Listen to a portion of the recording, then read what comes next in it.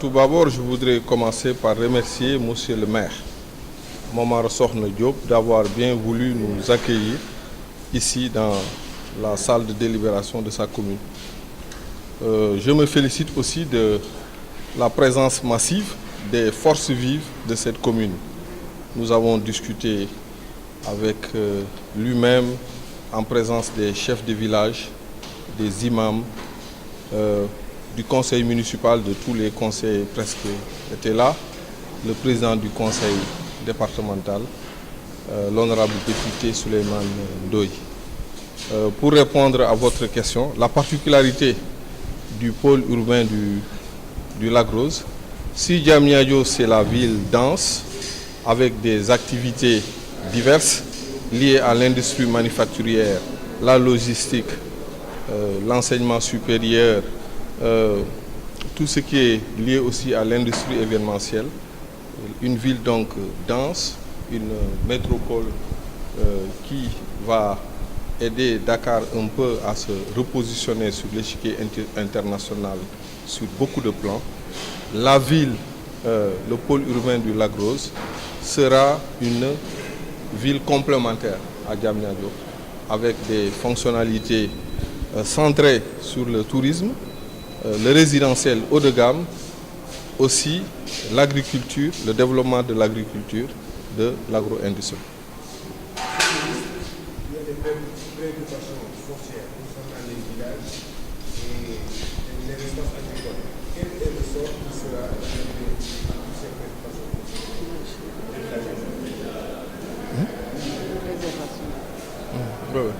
En fait, les villages, nous l'avons dit tout à l'heure, les villages seront préservés. Ça va de soi. On a dénombré une douzaine de villages dans le périmètre du pôle urbain, dont les 5 sont situés à l'intérieur de la commune de Tivaouane Peulh, comme le village de Balaba, Bonobe, Malik Marembeng, Deni Gage, Niaga Peulh.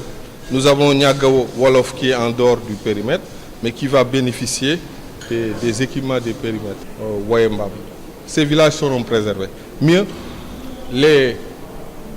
on va prévoir des terres d'extension pour ces villages. Les terres agricoles aussi seront préservées.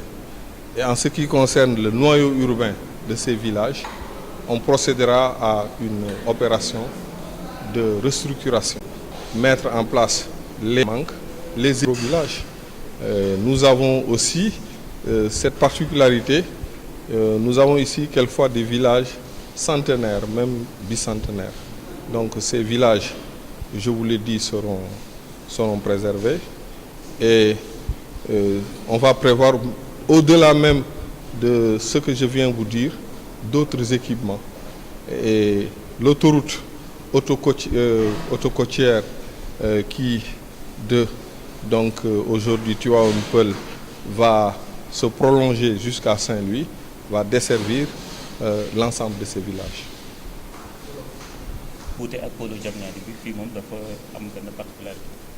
waaw dañ doon rafetlu liñ fi ñëw tey fekk fii monsieur le maire Momar Sokhna Diop mi nga xam ne mooy maireu Tivaouane Peulh Niaga.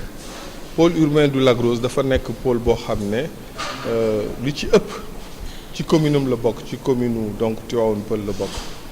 Biñ fi ñëwee nag waxtaan nañ ak maire bi, conseil municipal bi, imam yi, chef de quartier yi, délégué de quartier yi, ak ñëpp ñi nga xam ne dañuy njëriñoo aussi lac bi, dañuy njëriñoo géej gi, ak ñi nga xam ne aussi dañuy yëngu ci tourisme.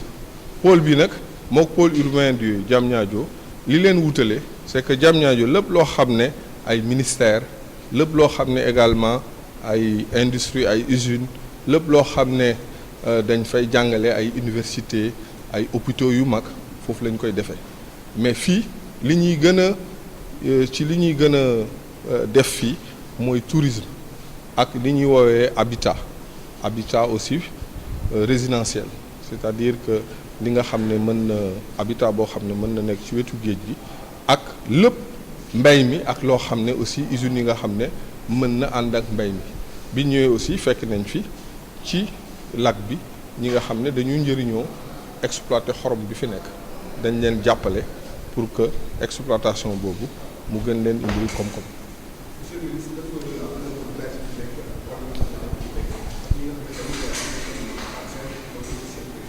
waaw ñi fi nekk am village yi fi nekk moom wax nañ ko léegi amul benn village boo xam ne dañ koy toxal li village yi war a jàpp sax ne mooy am na loo xam ne da leen soxaloon village yi amoon yenn écoles yi yenn dispensaires yi état bi dana ko fi indi li ñu fi bëgg a def aussi mooy village yi li ko wër tool yi ko wër aussi dinañ leen bàyyi ñu continuer béy dinañ fexe ba nga xam ne aussi ci biir dëkk bi li fa manqué ci ay yoon ñu def ko moom la ñuy wax ay restructuration li fa manqué ci ay dispensaires ay écoles ay ñu def ko fexe ba nga xam ne aussi suuf si domaine national la woon ñu def ko ay titres bu ñu ko defee titre nit ki bu nekkee ne lim tabax bëgg na ko yokk dana ko mën a yokk bu ko mënul defal boppam aussi dana mën a dem ci banque mu mën ko lebal lotissement yi da nga ciy gis ay lotissement yoo xam ne